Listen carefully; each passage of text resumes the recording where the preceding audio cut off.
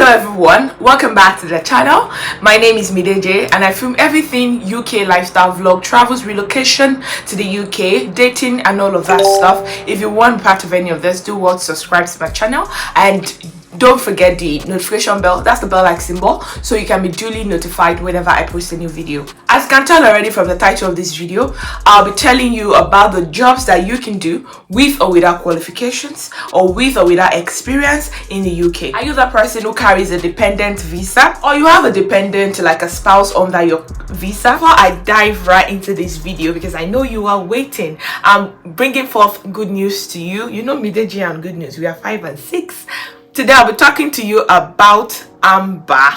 Statistics has it that there are more than 250 million students globally, and 70% of these 250 million live in off-campus accommodation. And what is Amber? Amber is a leading accommodation provider for students worldwide. They offer personalized end-to-end assistance in case you need any. That is, they have 24/7 support. They have 100% verified listings. That means that what you see is what you get. So if you know anyone who wants to school in the UK as a student, or you are already a student in the UK and you're finding it quite hard to book an accommodation, Amber is there for you. They are available in 20 plus countries. They have 16,000 properties and 1 million beds worldwide. And then you ask me, how do you get going? On the Amber website, you can book accommodation with these 3 easy steps. Firstly, if you log into their website at www.amberstudent.com, the first step is to discover. That is, that you search for the name of your university on their website according to your geographical location with the campus and all of that. Secondly, you research on the type of accommodation you want. You can do some community reviews if you're happy with a particular room or particular accommodation. In case you even want a roommate, guys, or a room buddy, Amber will provide a roommate for you or a flatmate from their pool of candidates. And then lastly, you book. Voila, easy peasy. You do an instant booking, and don't forget that there is a 24/7 support or customer care support. They can assist you along the way, so you don't even have any worries or any troubles. And then you sign your online rental contract and you make your payment. And not to worry, your payment is well encrypted and very secured. And then you ask me why I love Amber. They are very affordable, easy search, 24/7 support round the clock. They have hassle-free paperwork, so you don't have to do much. No negotiation. They provide you with a roommate in case you need any. They have the right suitable places for you at the right price. So just get going, guys. Go to their website, like I said, www.amberstudent.com, and thank me later. Before I tell you the jobs and salary scales and all of that you are willing to hear and where to get the jobs, I would first like to address some things. You as a dependent holding a dependent visa, it might even be that your spouse came to school and you, of course, you follow Gumbody now, you know. So you can actually work many hours. The restrictions you have as a dependent, as someone who holds a dependent visa, is actually limited to the main person who actually owns the visa. So for the jobs I'll be mentioning in this video, I call them temporary jobs, and that's because many of us, we are engineers, we are administrative officers back in our own country. Getting to the UK, you might need some licensing and certifications to allow you work as that professional in the UK. So these are the ones that you can actually get your hands on and do. You don't really require so many qualifications. They might just do training for you and all of that, then you get going. As somebody who is a dependent in the UK or who carries a dependent visa, you are allowed to do any job you want to do. The only things that you can't do or you are restricted to have is public funds. And because your the main primary applicant or primary visa holder doesn't have access to public funds, you only have access to public funds when you've attained, you've lived for 5 years in the UK. Then you can have your indefinite leave to remain in the UK. But apart from that, you can do anything. You can work as many hours as you can. You know, you can work with anybody you want to work with. Another fact that I would like to address is that many of us, you know, because of what we used to do back home, when we get here, we are like, we don't want to do this. Oh no, we don't want to do that. I know that some of these jobs are not what we desire. I want you to know that these jobs I'll be mentioning are some people's career. Like, this is what they are building a career in. This is their dream job. This is what they actually desire. So I won't want you to feel like these jobs are nothing. When you calculate the differences between somebody who is an healthcare assistant or a support worker in the UK and either who is a nurse, you would realize that the salary scale, there's a gap. I'm not going to lie about that, but it's not significant. These jobs I'll be mentioning is not only for dependents or people who hold a dependent visa, it's for people who are students also.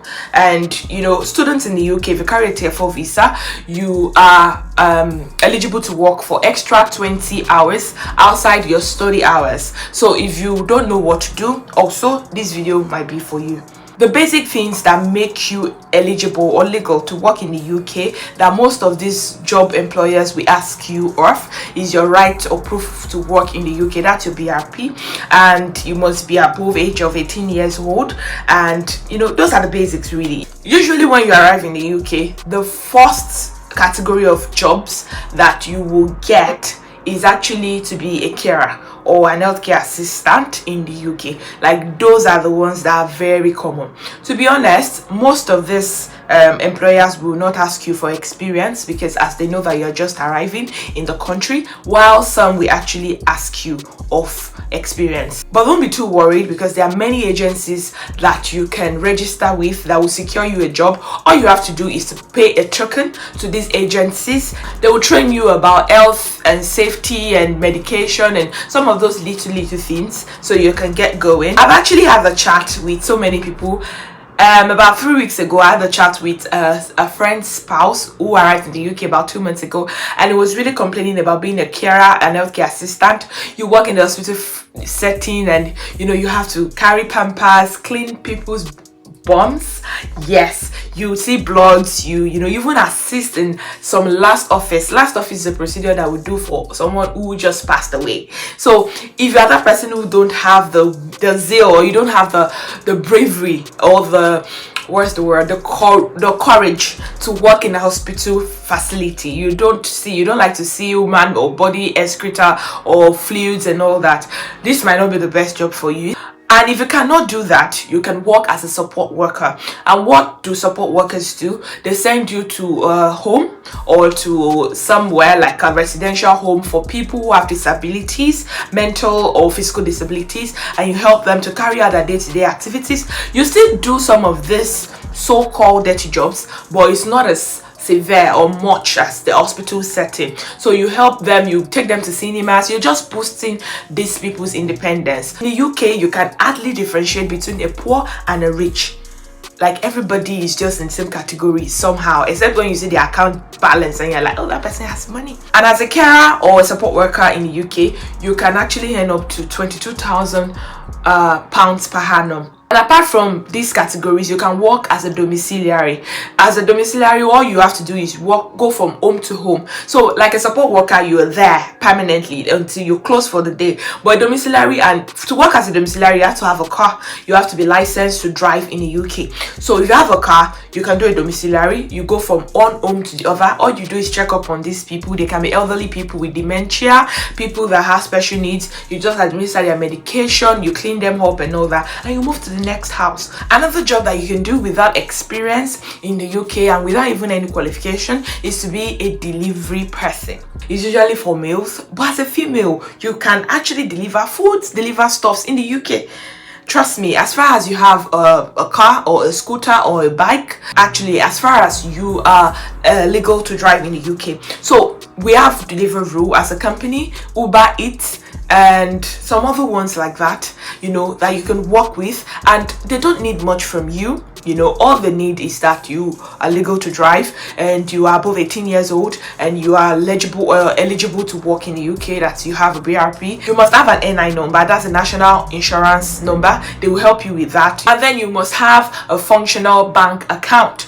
These people are making money, and for this role they can actually require you to have a bit of experience in a warehouse. And however, this is not too essential. They can actually train you. And just so you know that all the machineries you'll be working with in the warehouse are they will train you to use them. In the UK, one of the core principle when they get newly employed is to train you, safety measures and things to make your work very smooth, and they will not put you to work anywhere that you're not trained to work in, if that makes sense. So you're very safe and you won't have much problems. As far as you have a good team spirit, you pay attention to details, you can communicate in English, you're focus driven, and basically that's it. You can actually function as a warehouse operative. So another job you can do in the UK as a dependent or somebody who is a student and you're willing to work more within the UK is to be a retail security support officer, literally a security officer. And what are your responsibilities? You just maintain a safe and secure environment for customers and employees by patrolling and monitoring premises and personnel. You provide a visible deterrent within the store. It's just like maintaining the peace of an environment, literally. That's what you're doing. And you work in the parking lot also, to ensure that there is orderliness within the retail environment, the retail store environment. And you can actually earn up to 12 to 13 pounds an hour. You resume normally 8 o'clock when the store opens, and it's a bit of a shift job. And per annum, guys, you can actually earn up to about 23,000 pounds per annum. Even me, as being a nurse, I don't want to disclose my salary on camera, but trust me, I don't even earn a lot more than that. And this might be a transitioning job for you, but it's not about to pick up. There are many people building careers in security jobs and being a security personnel. So it's actually a go-to for me as far as I'm concerned. Another job you can also do is to be a nanny. There is something about being a nanny in the UK that many people do not know. See, it's like blood money. I'm not even going to joke. Like when I was doing this research for this video, actually, some things were actually being revealed to me, and I'm like, whoa, like, I hope I'm not going to switch profession, because these people make loads of money. I realized that some nannies actually make up to like 75 pounds per hour. I'm not even joking. Like for especially for children with special needs. So this is different from being a support worker. It's just for babies, for children, basically. For busy parents, you just stay with your kids at home. You earn loads of money, guys, per annum as a nanny in the UK. I can tell you this for free, proven and tested. You can actually earn up to 50,000 pounds per annum, because how it works is you don't have to stay in a place. You can have like 5 families that you help to babysit their children. They are also known as childminders here in the UK. So if you don't want to use the nanny, you can use it interchangeably with the word childminders. They earn loads of money. 50,000 pounds an annum, really, that's a lot of money. And there are agencies that you can work with. They just call you, and you can also work private, like as a private entity of your own. What are your activities? Really, basically, you just organize fun and educational activities for the children. You help them prepare healthy and balanced meals. You should also be a cook. You should be able to cook for the kids, and you do light housekeeping. Related to the children. You make sure their assignment or their homework is done. You just help to boost the independence and educational activities of these children.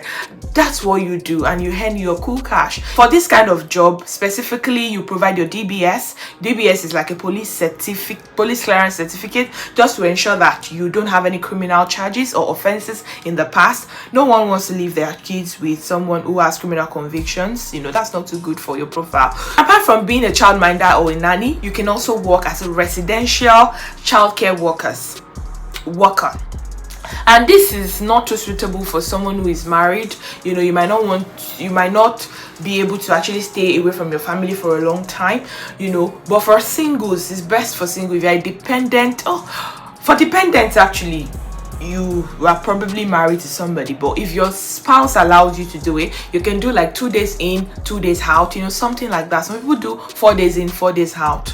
Well, if it's agreeable by you and your partner, that's fine. But if you're single, that's perfect. For your salary scale, you can earn up to 26,000 pounds per annum. and all you do is not too different from a nanny or a childminder. And just so I mentioned, moving to the UK, I advise people to have a bit of hand job, like a vocational training. You can work as a chef, as a carpenter, a hairdresser. If you're back home before you move to the UK on that dependent visa or a student, you can make hair, you can cook foods, you can bake pastries and all of that. It is fast selling in the UK. There was a day I had a problem with my dryer. I just called an electrician to come and inspect. Inspection fee alone, some of them get up to £50. When they told me, I was like, what? Just to inspect, let alone repairing, they end up to £150 for something that is not even less up to 30 minutes. So hand job is really selling here in the UK. I think they are actually the ones enjoying this country. For instance, hairdressing. Why do you think I bought my hair? It's expensive. It's high maintenance. You spend loads of money, making hair just to braid hair. They're telling you £80 per hour. God will bless you. You're living in London. Some people braid hair for £120. I'm like, what? So vocational hand jobs are actually, the reigning thing here overseas. Like, you can earn loads of money at the end of the month. If you calculate your your monthly income, you earn up to about £3,000, £4,000. If you're that person back home that you have deep knowledge, you're very versatile when it comes to decorating. People will do parties, birthday parties. You are a fashion designer. You can sew clothing. Sewing clothes in the UK is expensive. All you have to do is just create a very small space or cubicle in your room and start sewing. I know it might be hard getting customers and all of that, but the moment you sew for one person, that is it. That person, links you up with other people and you start getting clients. So sew just a gown, a simple gown in the UK, you can spend like £100. Moreover, if you have some IT knowledge back home, like you can do this coding thing, or you're a software engineer basically, you can also function in the UK even if you hold a dependent visa. Like IT, this is the 21st century. IT is it's the blood money. Even me, don't be surprised tomorrow when I tell you I'm not a software engineer. Software engineers in the UK, they are chilling. And the most fantastic part of this is that you can work from anywhere in the world. You can be in Bahamas, in Seychelles, or anywhere, on the sea, in a yacht, with your laptop, you're working. If you already have the IT experience or knowledge back home, you can come here, develop yourself, and actually work in that field, and you make more money. Another thing you can also do is to work as a store attendant. There are many stores in the UK. There are many. You can work in the food section. You can work in Lidl. You can work in Tesco, M&S Foods. You can work in Iceland as a store attendant, and I think basically they earn about £8 to £12 per hour, depending on where you're working, the location, and the activities, how busy they are. You can work in the clothing lines. You can work with Primark. You can work with H&M. You can work with Zara. The price handler, you just check the price of whatever they've bought and you package whatever they've bought for them. You do some storekeeping activities like restocking shelves, calculating the weekly or daily income, and some little petty calculations here and there. But basically that's all you do. For me, it's not too bad. They'll do some training and everything is digitalized. To be honest, in the UK, all these jobs I'm mentioning, they are digitalized. All the things you need is in the system there. Even if you forget anything, you have a good support system. And that brings me to another job that you can do, being a call center person. You can work in various call centers here in the UK. Most call centers for different brands, they run 24 hours. You can even bring from your home. All you have to do is answer phone calls, answer chats online and reply chats online. And for these also, you can earn up to like £12 per hour. Not every one of us will work in the hospital. So if you don't want to work in the hospital setting, being a carer and all of that, these are the jobs that you can do that are actually quite stress-free and you will still make money. So lastly, the other categories of jobs that you can do in the UK is to work as a cleaner.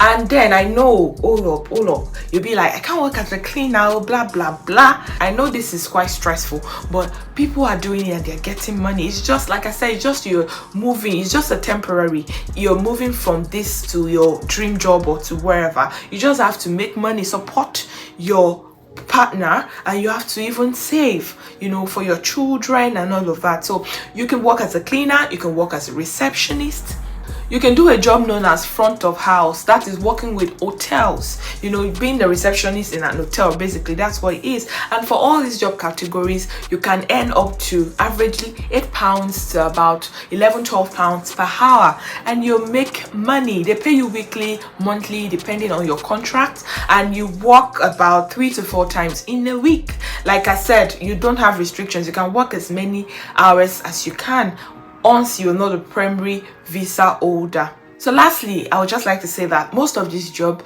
you need little or no experience. They are going to train you, okay? Don't be scared. They will train you efficiently. Just watch out for another video that I will be releasing on the sites that you can actually get this job as someone who holds a dependent visa in the UK, or a potential dependent visa holder, or someone on a tier 4 visa, a student who wants to work extra for your 20 hours. Okay, so watch out for that. I will be doing that very soon. So to be part of this, just ensure that you subscribe to my channel and you see that bell like symbol. Just click on it so you can be duly notified whenever I post a new video. So I'll see you guys in the next one. Until then, you know how we do it. Peace and light always.